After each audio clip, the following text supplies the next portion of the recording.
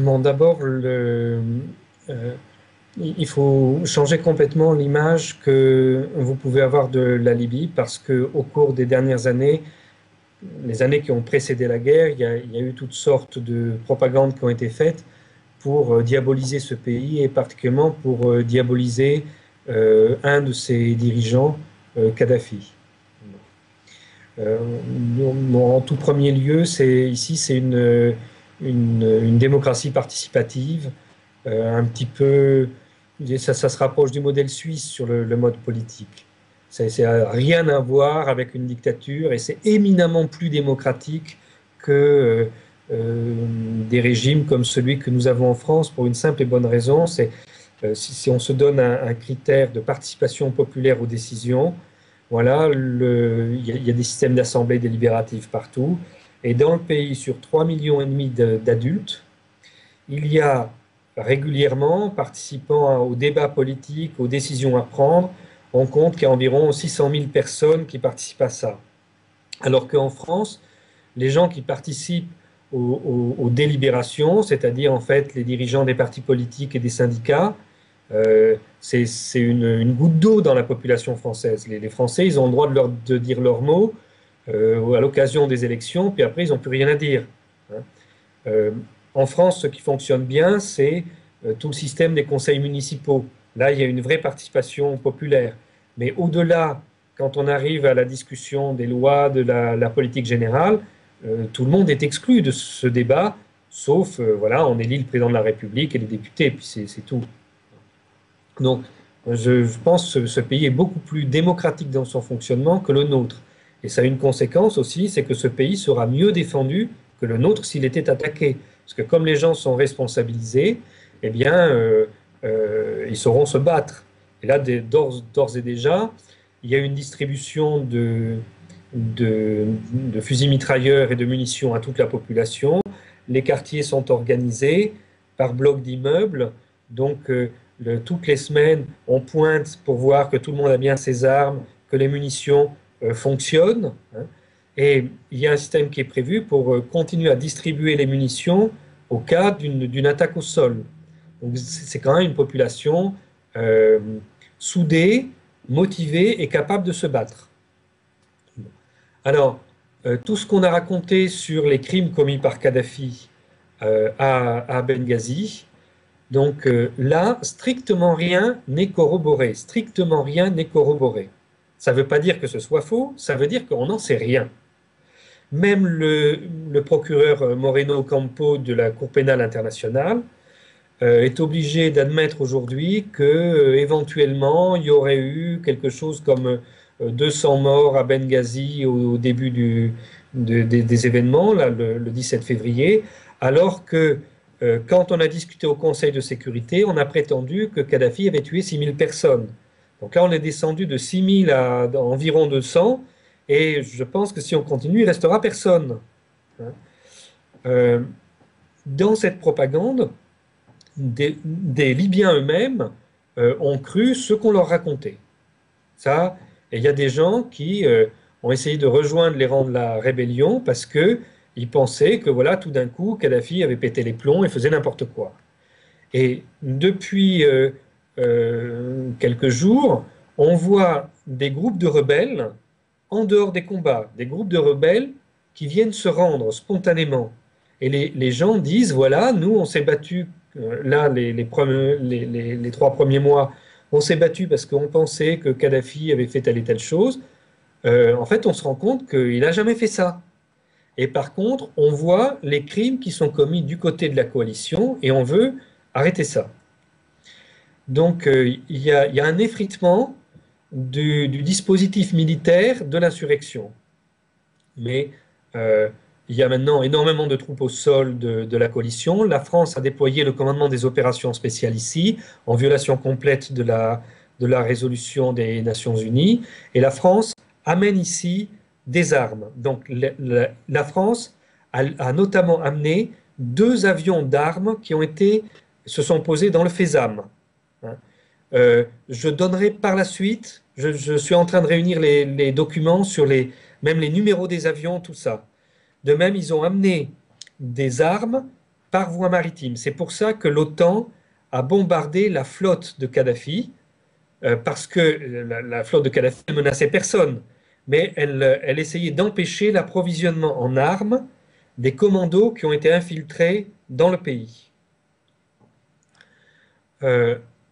Ensuite, quand du côté rebelle, hein, la Cyrénaïque, pour provoquer les troubles, ils ont infiltré des éléments d'Al-Qaïda.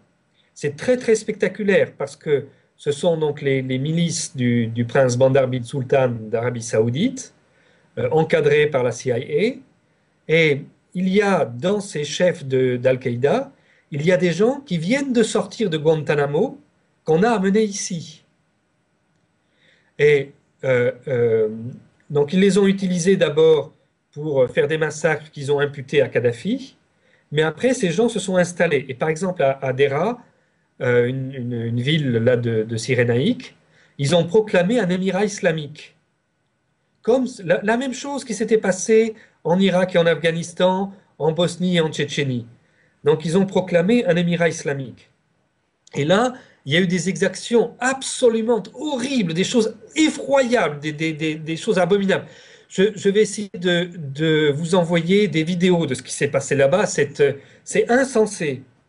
Et c'est ça qui fait qu'il y a un retournement de la population de Cyrénaïque. Parce qu'ils veulent absolument se débarrasser de ces fous furieux qu'on a amenés là. Donc, alors après, il faudra expliquer comment des gens peuvent commettre ces crimes, qui sont ces gens, etc. Mais comment sont entraînés ces groupes d'Al-Qaïda, les drogues qu'on leur donne et tout ça. Mais c'est vraiment les crimes les plus atroces qu'on puisse trouver. Alors même si ce sont des petits groupes, hein, ce ne sont pas des crimes de masse, ce sont des petits groupes, mais c'est extrêmement spectaculaire. Hein. C'est fait pour terroriser la population. Et ça réussit. Hein.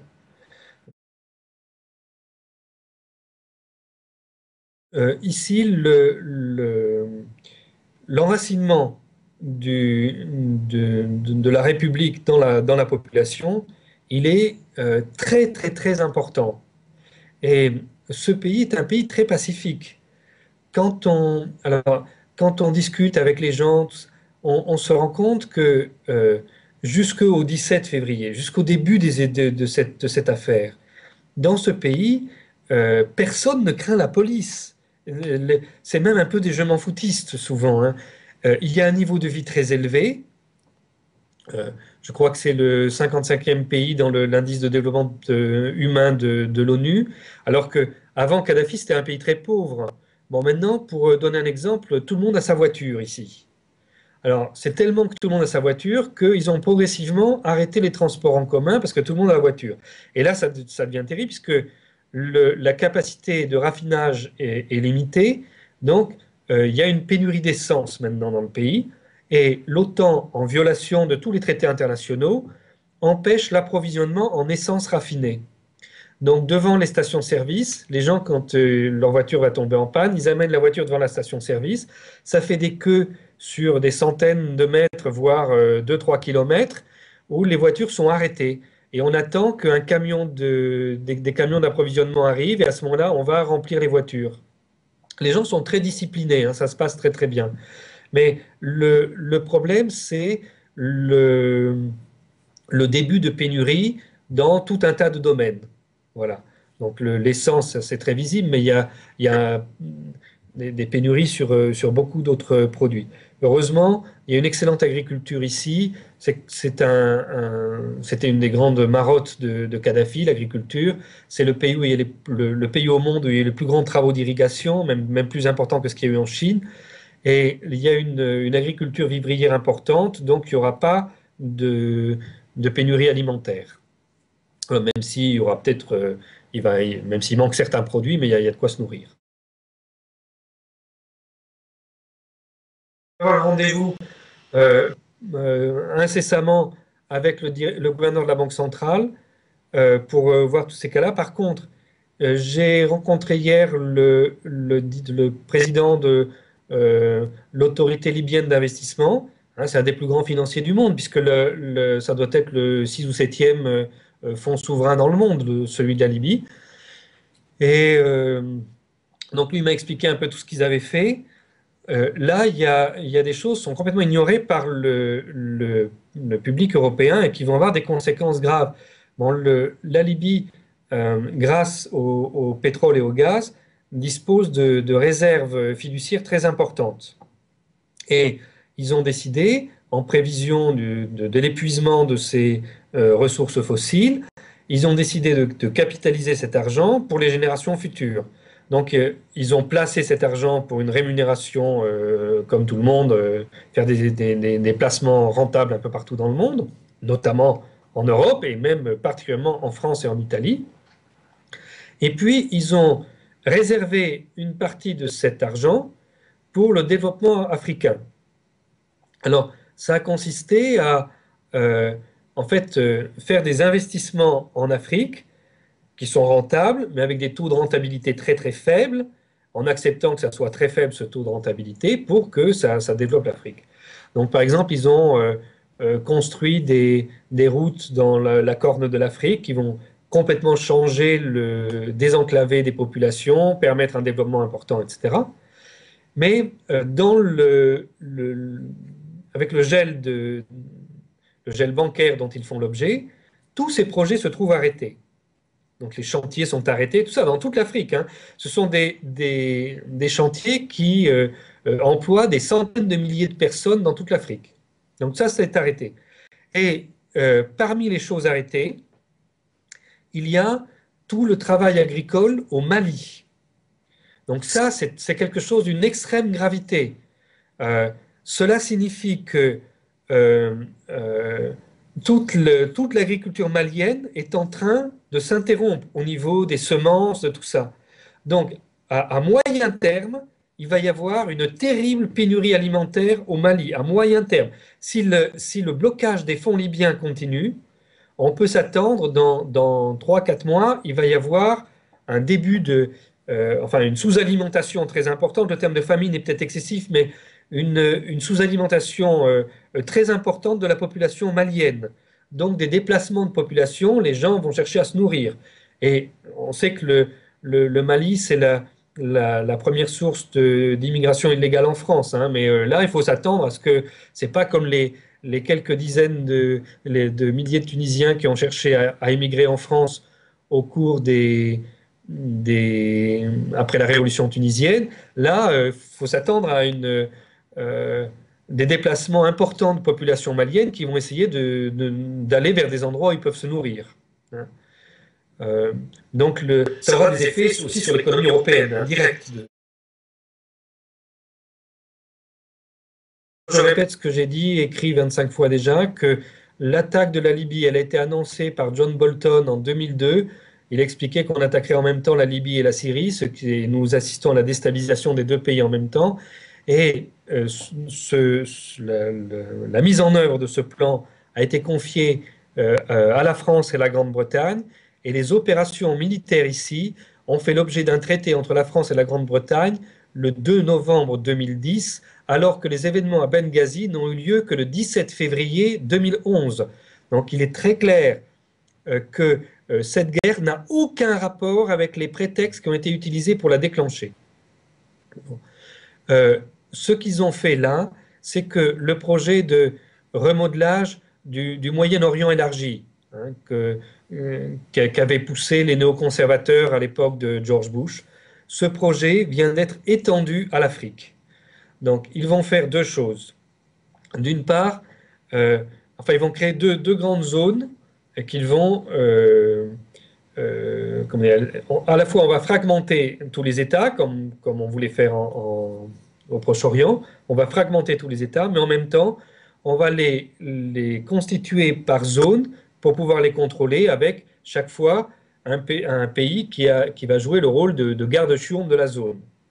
Donc là, ce qui est prévu pour une partie de l'Afrique du Nord, de la Libye au Maroc, ça va être la zone ce qu'ils appellent les populations autochtones, les Berbères. Donc ils jouent la carte Berbères contre Arabes. Et là, c'est pour ça que le mois dernier, alors que personne ne lui avait rien demandé, le roi du Maroc a tout d'un coup dit, vous voulez la démocratie, vous l'aurez pas, mais à la place, je déclare que le berbère est langue officielle du Maroc. C'est dans ce cadre-là. Et puis, l'Ouest africain, là, ils vont essayer de reconstituer une grande zone comme l'ancien empire du Mali, avec comme tête la Côte d'Ivoire. C'est pour ça qu'ils ont fait l'opération en Côte d'Ivoire, où ils ont installé les putschistes au pouvoir, hein, les anciens putschistes au pouvoir. Bon. Donc c'est vraiment les grandes manœuvres ont commencé dans cette région. Bon, dans toutes les guerres, ce qu'on voit est toujours horrible. Dans toutes les guerres, il y a beaucoup de civils qui meurent. Et si des fois on habite à côté d'une cible militaire, il y a une bombe qui explose et puis les gens qui sont à côté sont tués.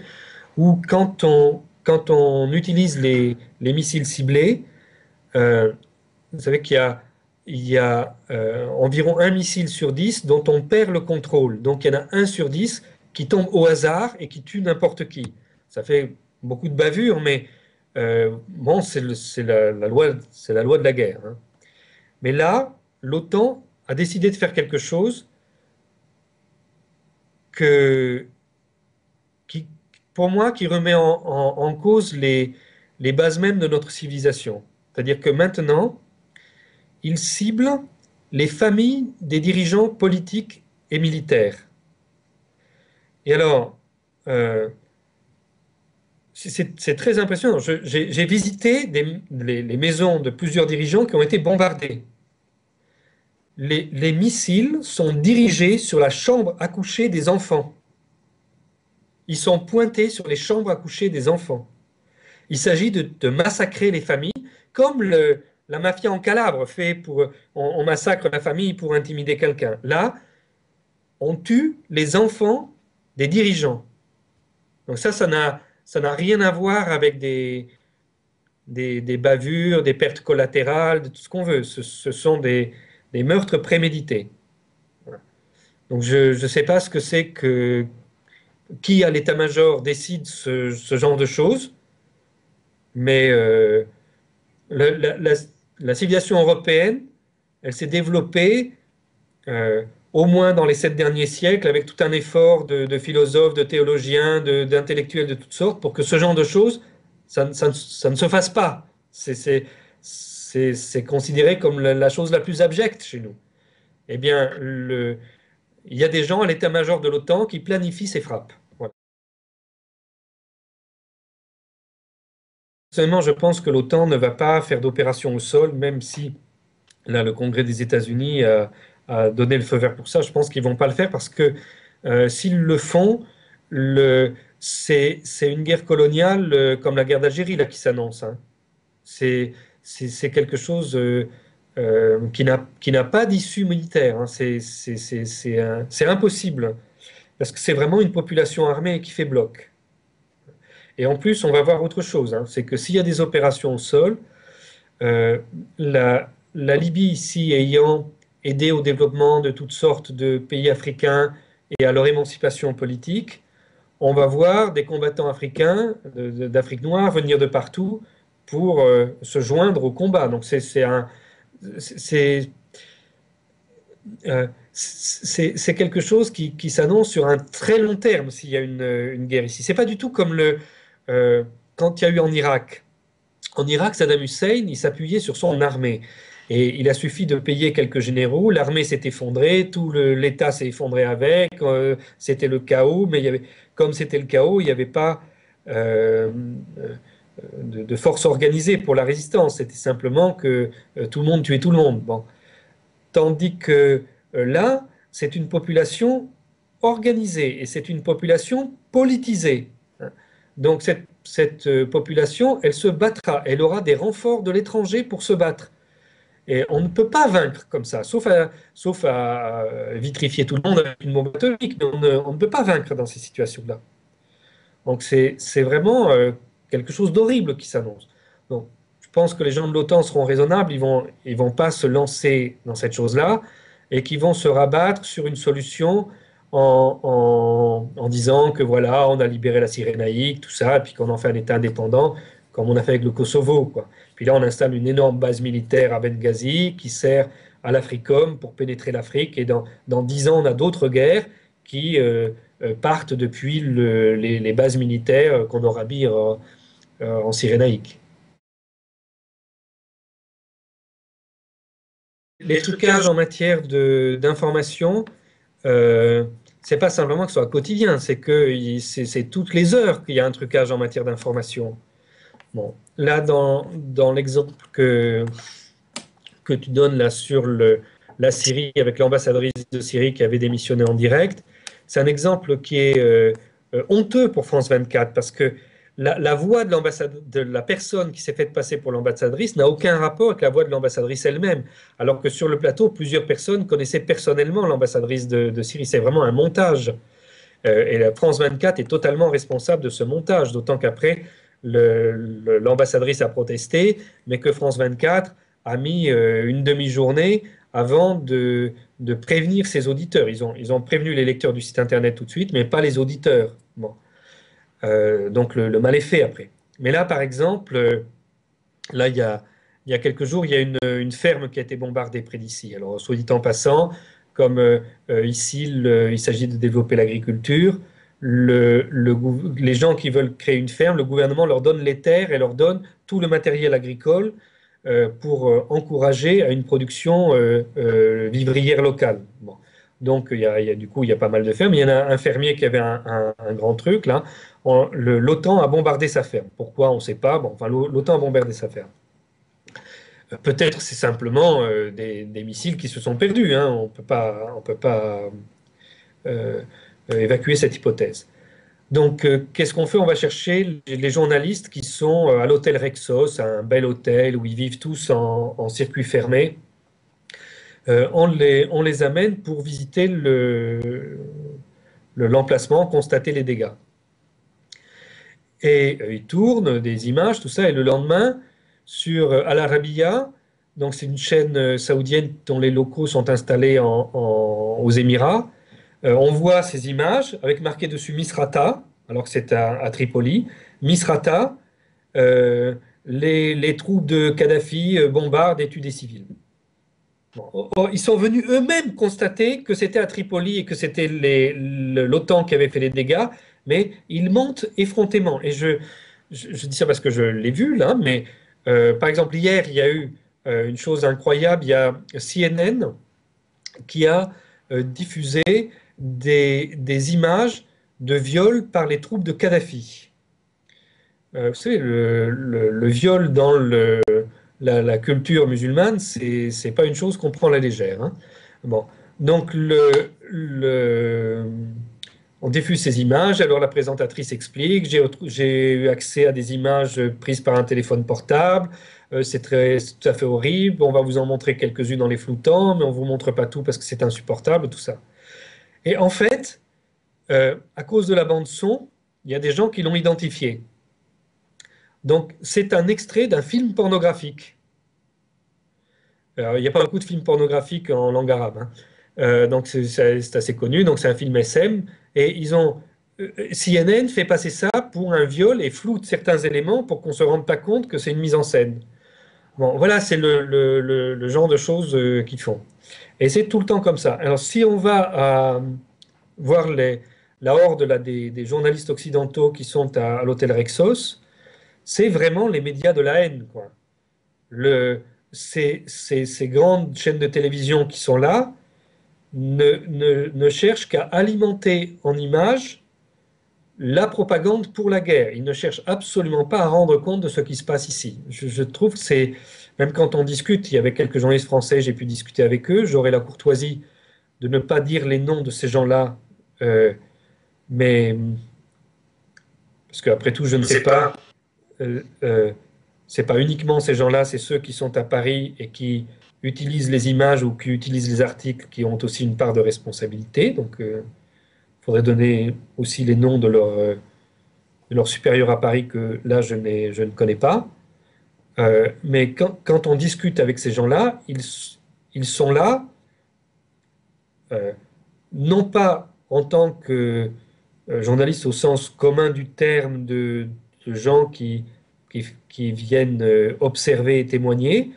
Ils sont vraiment là dans le but d'alimenter la propagande de guerre et la haine que les Européens pourraient avoir pour les Libyens et qui justifierait cette guerre.